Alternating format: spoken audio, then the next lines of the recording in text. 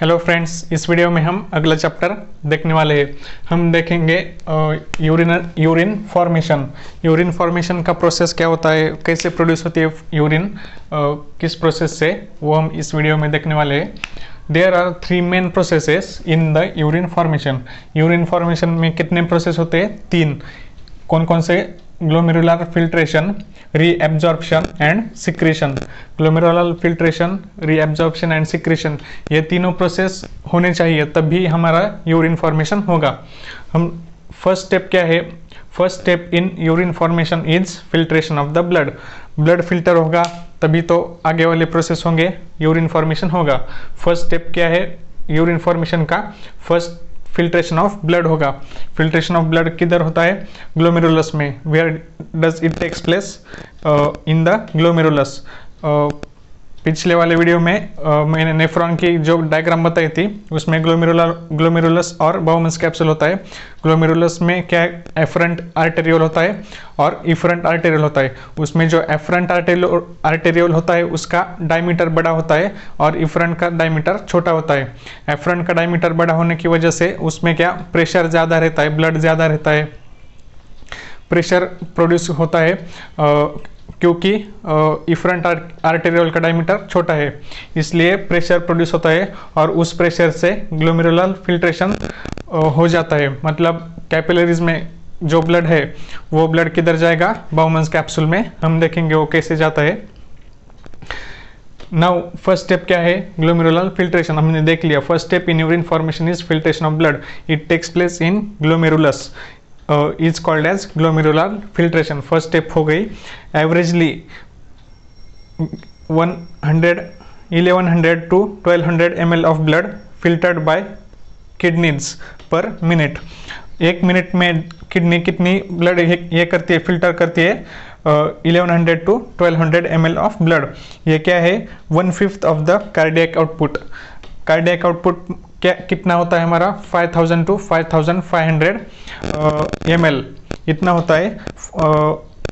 Cardiac output मतलब blood pump by each ventricle in a minute, हमने देखा है।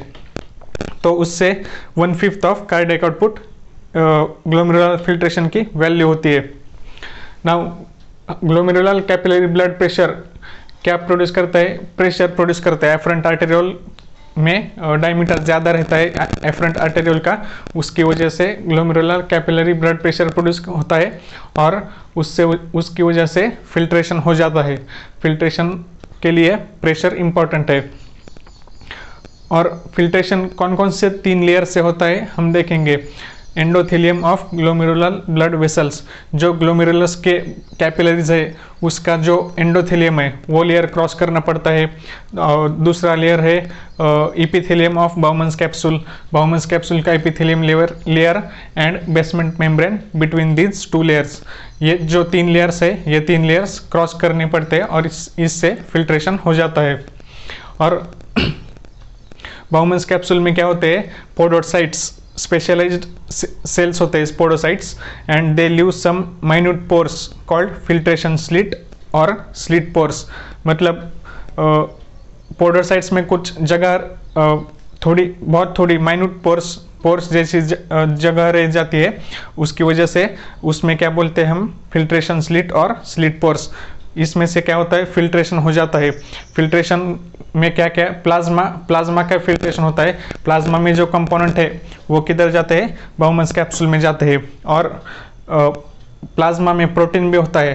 प्रोटीन जाएगा क्या? प्रोटीन फिल्ट्रेशन होगा क्या? प्रोटीन फिल्ट्रेशन नहीं होता इधर। इसको बोलते हैं अल्ट्रा फिल्ट्रेशन। मतलब इनकी ये जो फिल्ट्रेशन स्लिट और स्लिट पोर्स है, इनकी अरेंजमेंट ही ऐसी होती है कि उनसे प्रोटीन पास ना हो जाए, मतलब प्रोटीन फिल्टर नहीं होते। इसको बोलते हैं हम ultra filtration. Glomerular filtration rate, इसको हम शॉर्ट में बोलते हैं GFR।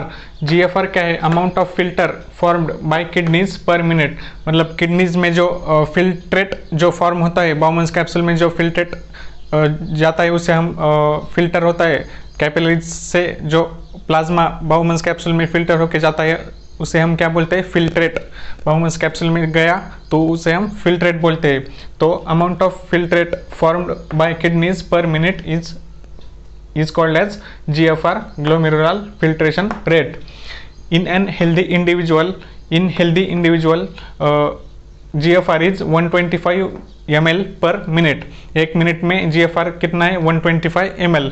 दैट इज मतलब पूरा दिन का निकाले तो 180 लीटर इतना फिल्टर, 180 लीटर फिल्टर हमारे बॉडी में किडनी में प्रोड्यूस होता है एक दिन का पकड़े तो। Kidney have mechanism to regulate the GFR। Kidney में कुछ मैकेनिज्म होते हैं जो कि GFR को रेगुलेट करते हैं, मतलब कम ज़्यादा होने से क्या होता है वो रेगुलेट शुरू होता है। One such mechanism carried out by juxtaglomerular apparatus. ऐसा ही एक मैकेनिज्म है जो किडनी का GFR रेगुलेट करता है, वो है जक्स्टाग्लोमेरुलर एपरेटस।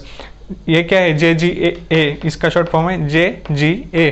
हम देखेंगे ये क्या है। JGA जक्स्टाग्लोमेरुलर एपरेटस, ये क्या है? स्पेशल सेंसिटिव रीजन है। ये एक स्पेशल सेंसिटिव रीजन है। कहाँ पर? जहाँ पर DCT distal convoluted tubule, DCT में कुछ मॉडिफिकेशंस होते हैं, और एफरेंट आर्टेरियोल, ये जो दोनों कॉन्टैक्ट में, नेफ्रॉन में ऐसा नहीं रहता, फिगर में दिखाया वैसा नहीं होता, नेफ्रॉन एकदम क्लोज रहते हैं, और इसी वजह से DCT और afferent arteriole, distal convoluted tubule and afferent arteriole एक कॉन्टैक्ट में आ जाते हैं। उस कॉन्टैक्ट में जो सेल्स होते हैं उससे बोलते हैं हम जक्स्टाग्लोमेरुलर एपरेटस। फॉल, अब देखो, अगर GFR कम हो गया मतलब फॉल इन GFR, अगर GFR कम हुआ तो वो क्या करता है? एक्टिवेट द JG सेल्स, मतलब जक्स्टाग्लोमेरुलर सेल्स। इस एपरेटस में जो सेल्स होते हैं DCT एंड एफरेंट आर्टेरियोल के कॉन्टैक्ट में जो रीजन होता है उसको बोलते हैं JG एपरेटस। वहाँ जो सेल्स होते हैं उसको बोलते हैं जक्स्टाग्लोमेरुलर सेल्स। और फॉल इन GFR मतलब GFR कम होगा तो JG सेल्स एक्टिवेट होंगे। एक्टिवेटेड जक्स्टाग्लोमेरुलर सेल्स क्या करते हैं? रेनिन सिक्रेट करते हैं। रेनिन, कुछ याद आया रेनिन से? एक बार मैंने बताया डाइजेशन में ऐसे होता है रेनिन, RENNIN, इधर डबल N होता है, इधर सिंगल N है। ये रेनिन क्या करता है? प्रोटीन में जो मिल्क में जो प्रोटीन्स होते हैं उसको ब्रेक डाउन करता है, और ये रेनिन इधर काम आता है किडनी में। तो ये रेनिन क्या करता है? Increase the glomerular blood flow, जो ग्लोमेरुलस में जो ब्लड फ्लो है वो इंक्रीज करता है, एफरेंट आर्टेरियोल में ब्लड फ्लो ज़्यादा करता है, और इसी से GFR बैक टू नॉर्मल, मतलब GFR नॉर्मल हो जाता है फिर से। यूरिन फॉर्मेशन का दूसरा स्टेप देखेंगे, दूसरा प्रोसेस देखेंगे, वो है सिलेक्टिव रीएब्जॉर्प्शन। पहला कौन सा था? Glomerular filtration. तो दूसरा देखेंगे हम क्या है? Selective reabsorption. Volume of the filtrate formed per day क्या है? 180 लीटर। एक दिन में कितना फिल्ट्रेट फॉर्म होता है बाउंस कैप्सूल में? किडनी में 180 लीटर। एंड यूरिन रिलीज क्या है? हम एवरेजली दिन भर में 1.5 यूरिन हम रिलीज करते हैं।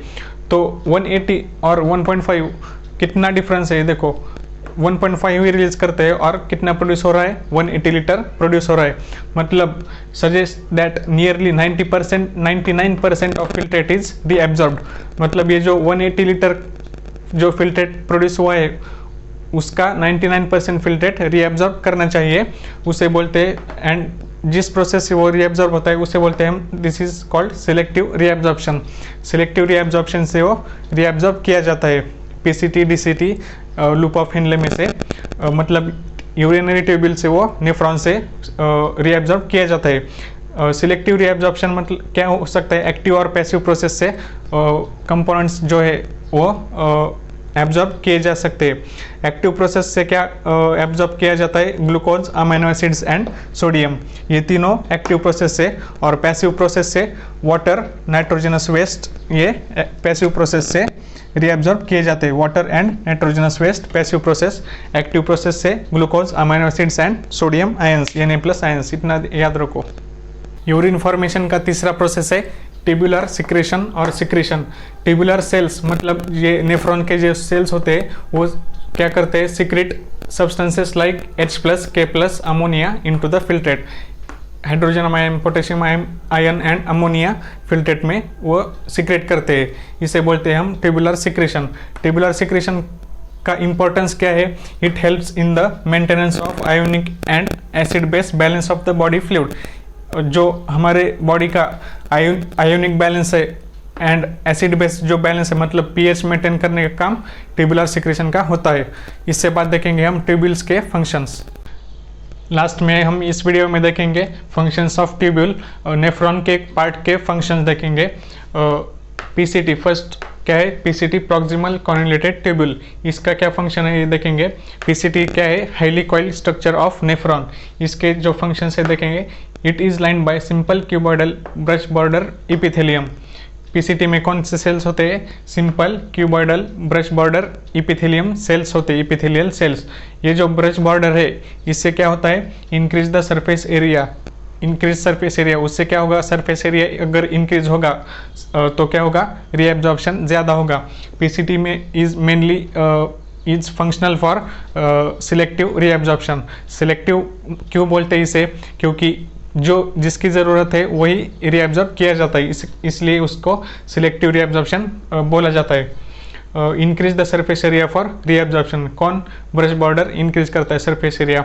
सो पीसीटी से क्या होता है? Essential nutrients 70 to 80% of electrolytes. कितने percent electrolytes? 70 to 80%। And water are reabsorbed.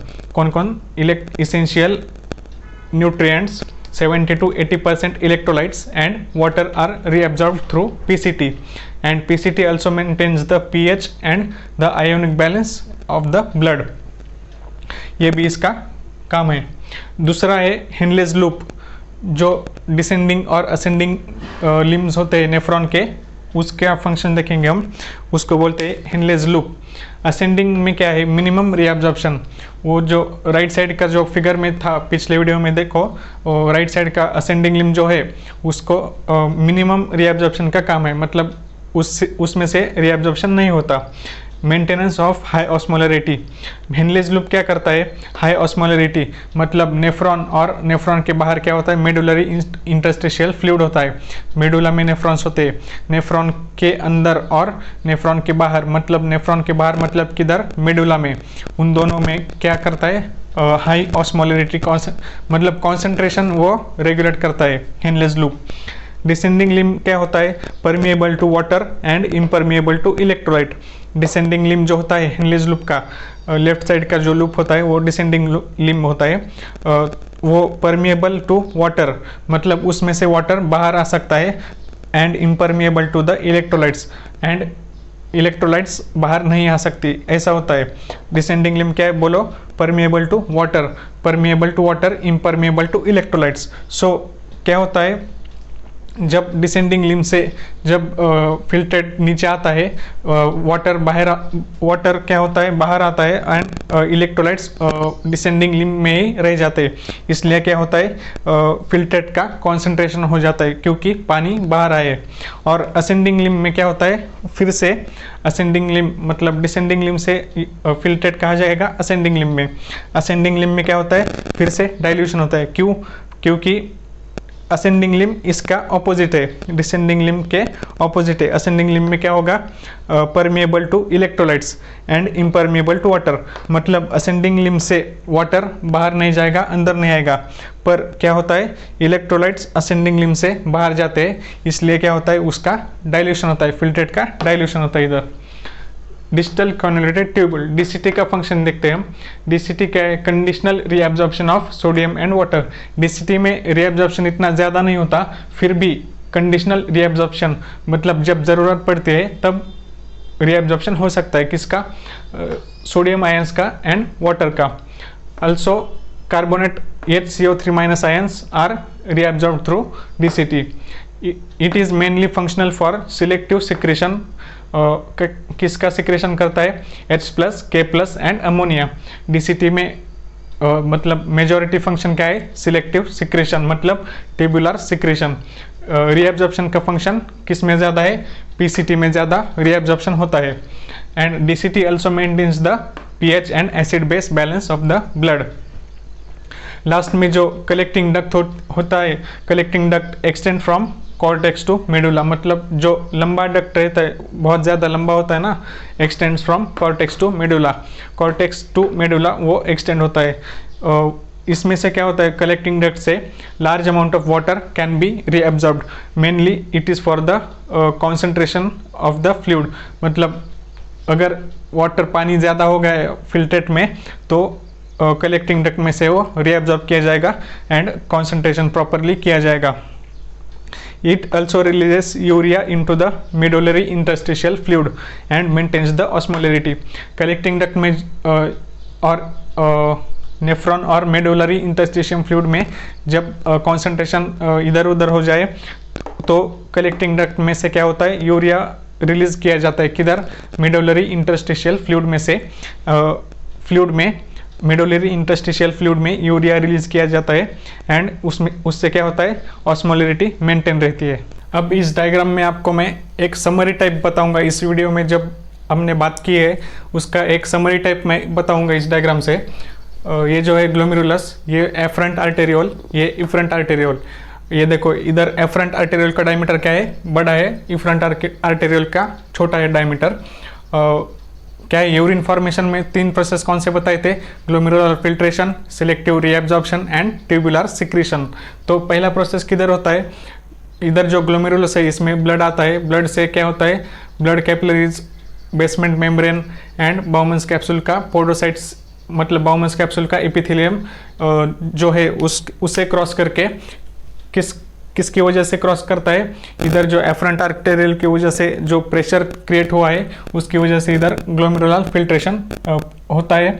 और इधर जो फ्लूइड आता है उसे हम बोलते हैं, बाउमन्स कैप्सूल में जो फ्लूइड आता है उसे बोलते हैं, क्या बोलते हैं, फिल्ट्रेट। और फिल्ट्रेट, इधर ग्लोमेरुलर फिल्ट्रेशन हो गया हमारा। अब क्या है, ट्यूबुलर सिक्रीशन, सिलेक्टिव रीअब्जॉर्प्शन, दूसरा प्रोसेस सिलेक्टिव रीअब्जॉर्प्शन। रीअब्जॉर्प्शन ज़्यादा किधर होता है, पीसीटी में। ये पीसीटी, ये डीसीटी, ये हेनलेज लूप, ये कलेक्टिंग डक्ट। पीसीटी में क्या होता है, सिलेक्टिव रीअब्जॉर्प्शन। ये ऊपर जो एरो दिख रहे हैं, ऊपर लिखे वो है सिलेक्टिव, मतलब रीअब्जॉर्ब हुए और ये सिक्रेट हुए वाले सब्सटेंस है। जो रीअब्जॉर्ब होते हैं पीसीटी से वो HCO3- ion, NaCl, water, nutrients. और जो पीसीटी में कौन कौन सीक्रेट होता है, H+ एंड अमोनिया।